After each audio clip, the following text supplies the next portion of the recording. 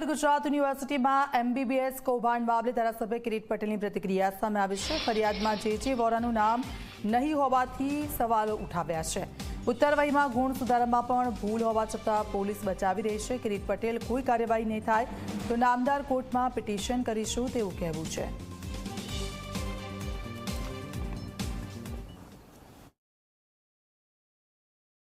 જે વોરાએ જે સપ્લિમેન્ટરીની અંદર માર્ક્સ હોય એનો રિપોર્ટ યુનિવર્સિટીની અંદર આપ્યો છે અને રિપોર્ટની અંદર એને ઇરાદાપૂર્વક જે વિદ્યાર્થી નાપાસ હતા એના માર્ક્સ વધારી નીચે એની સહી કરી અને ગુણમાં ફેરફાર થાય છે એના હેન્ડરાઇટિંગમાં લખ્યું છે। વોરાનો આ પહેલો બનાવ નથી। ભૂતકાળની અંદર પણ વોરા આ રીતે આર્થિક ભ્રષ્ટાચારની અંદર એમના ઉપર સાબિત થયેલું છે। એટલા માટે જો આ બાબતે યોગ્ય કાર્યવાહી નહીં થાય તો અમે નામદાર હાઈકોર્ટની અંદર જઈશું। SP હોય, PI હોય કે રજિસ્ટ્રાર હોય એને આરોપી બનાવી અને અમે નામદાર હાઈકોર્ટની અંદર એને પક્ષકાર બનાવીને પિટિશન કરીશું।